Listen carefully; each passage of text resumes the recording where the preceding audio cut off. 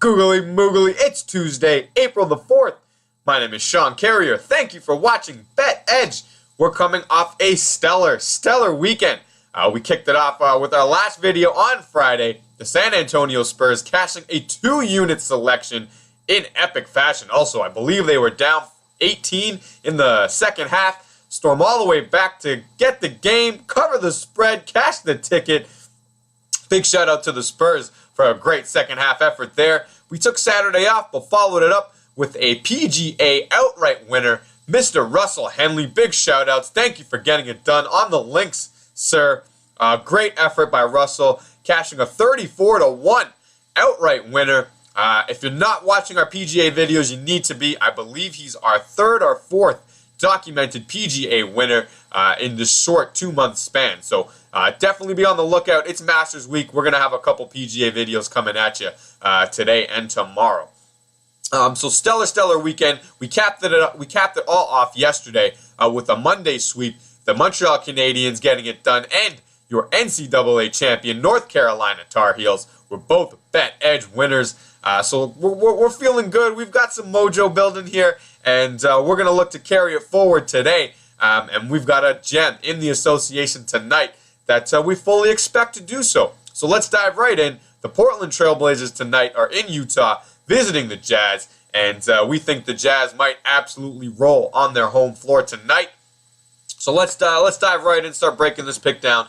It starts here. Portland's away record, 16-24. Not a very good away record. Well below the 500 mark. Not what you'd want to see when you're taking on a home team that's 26-12. A staunch defender of their home court are the Utah Jazz, and we're going to look for that to continue tonight. These two teams have played twice this year. The first game was the absolute first day of the season. Portland winning 113-104.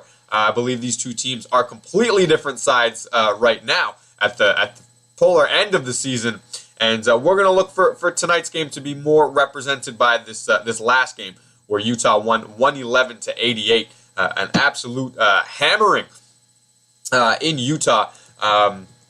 That's not that long ago. That's just about a month and a half ago. So hopefully that game will be more of an indicator of how tonight's going to go. Portland, their recent form, they've been playing really well, but if we kind of just take a look at what kind of sparked this run for Portland, I really believe it coincides with the arrival of Jusuf Nurkic. He seemed to give them everything they lacked down the middle, and he was playing great for them. They were playing great around him, and in my estimation, that's what sparked this run that they're on. And they're without him now for the rest of the regular season, and they've already kind of gave a game away here that they should have won against a Minnesota squad.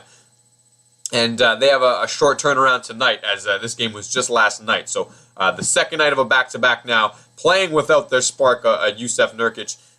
Just not a great spot for this Portland team, although they were playing great basketball before this loss. But definitely with that back-to-back and their road record coming into Utah here. And, I mean, this Jazz team is playing great basketball of late. They lost their last time out against San Antonio, but who doesn't lose at San Antonio, right? And they won their last 3 games before that with a great win against the Wizards in there also. So 3 straight-up wins before that and 3 covers against the spread also. So the Jazz playing some great ball here coming down the stretch, and they might catch a gassed Portland team here on the second night of a back-to-back. Referees for tonight's affair, we've got Mark Oyette, Mike Callahan, and Derek Collins. Not a bad crew at all. I kind of like all 3 of those officials, so that's definitely a good thing. Definitely some things to point out here in the day's rest, as we mentioned Portland coming off those 0 days rest on the back-to-back. They score a few less points, 2 less points on that back-to-back, but their defense does get better, giving up almost 5 less points on the back-to-back, and a good record of 8-6. But nobody likes playing back-to-back. It's definitely not a good spot, despite their record of 8-6. And we believe that tonight's back-to-back might be exceptionally hard. And we'll get to that in just a second. But we'll get to the injury report here. No Jusuf Nurkic out for Portland. We'll discuss his injury in just a moment. But the Jazz also with some injury concerns of their own. They'll be without their starting point guard, George Hill, and their third point guard, Neto.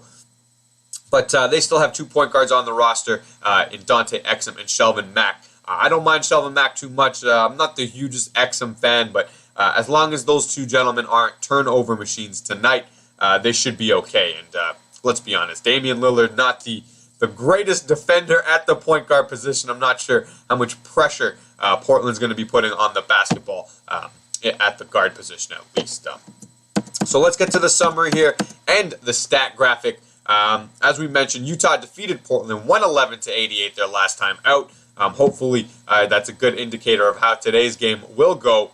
Portland's road record of 16-24 definitely does not hold a candle to the Jazz 26-12 home record.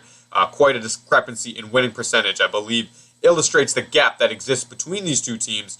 And Portland coming off that back-to-back, just not a great situation to be in, especially when you consider Utah is in altitude. I believe the second lowest altitude in the NBA, other than Denver. So I'm sure you've heard of the playing back-to-backs in that Denver altitude being exceptionally tough. You can say the same things for Utah.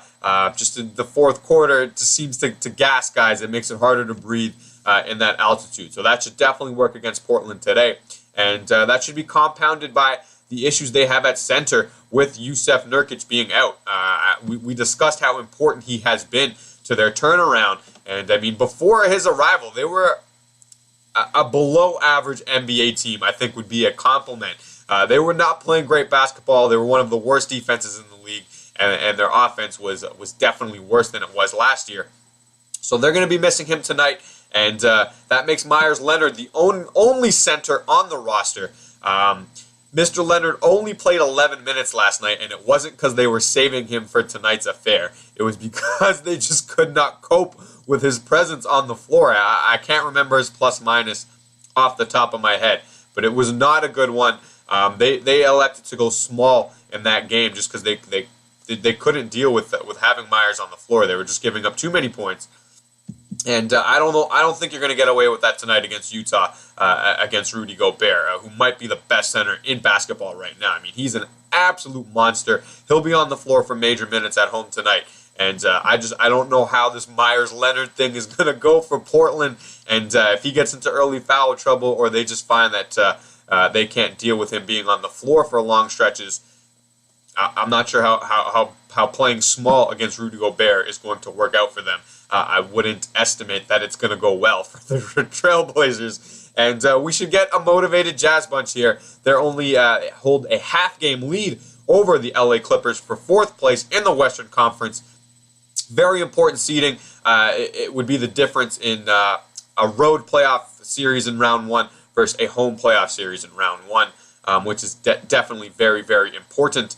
So I'm sure that the Jazz are going to be out to close the season strong, especially here on their home floor. And let's face it, they're the better team here. They hold significant edges in defense per 100 possessions and the rebounding percentage, and they also hold an edge in field goal percentage as well. So I'll quickly go over the stat graphic. The offense per 100 possessions, very close, only separated by 1.3 points per 100 possessions. But the defense here, a 6.2 edge to the Utah Jazz. That is a very significant edge.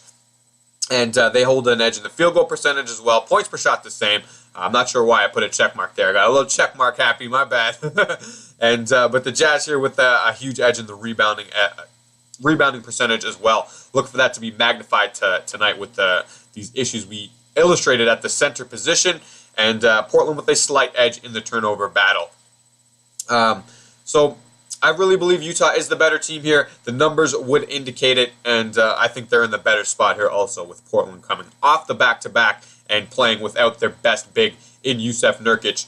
I believe that could lead to a very long night for the Portland Trailblazers. It's enough reasons for us to put it on the board. The Utah Jazz minus the 6 points at home. It's going to be a bet edge winner. We're going to grow the bankroll with this one all together, guys. We really hope this video helps all of your selections in the NBA tonight. If you're not doing so already, give us a follow over on Twitter. That's our homepage at bet_edge.